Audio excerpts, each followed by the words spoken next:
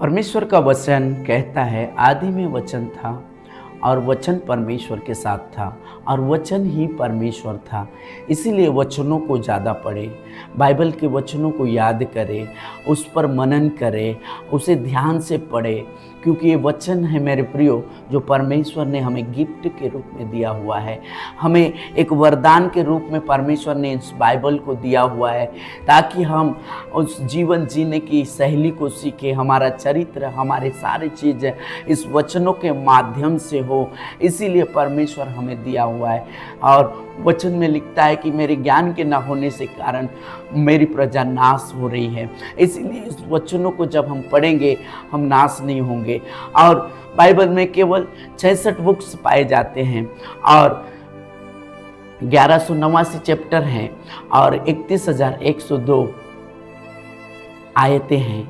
तो अगर हम प्रतिदिन 2 आयतों को भी याद करेंगे मेरे प्रियो, तो एक साल में हम करीबन 730 आयतों को याद कर पाएंगे, वचनों को याद कर पाएंगे। और 2 साल में 1460 वचनों को हम याद कर पाएंगे। और 10 साल में हम 7300 वचनों को याद कर पाएंगे। और 50 साल में पूरे बाइबल को 36,500 वचनों को हम याद कर पाएंगे। और हमारे हृदय में वचन रहेगा। जब भी हम शैतान का सामना करेंगे तो वचनों के द्वारा करेंगे, वो आपके सामने से भाग जाएगा।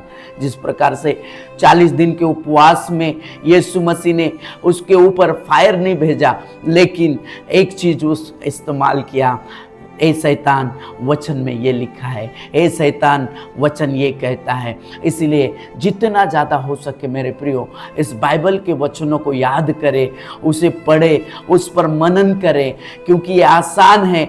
हम अगर 2 वचनों को प्रतिदिन याद करेंगे तो 50 साल में, जब 50 साल के आप हो जाएंगे तो पूरे बाइबल आपके हृदय रूपीय पट्टिया में लिखे रहेगा। जिस प्रकार से भजन संहिता 119 का 11 में लिखता है, मैंने वचनों को अपने हृदय में रख छोड़ा है ताकि उस परमेश्वर के विरोध में मैं पाप ना करूं।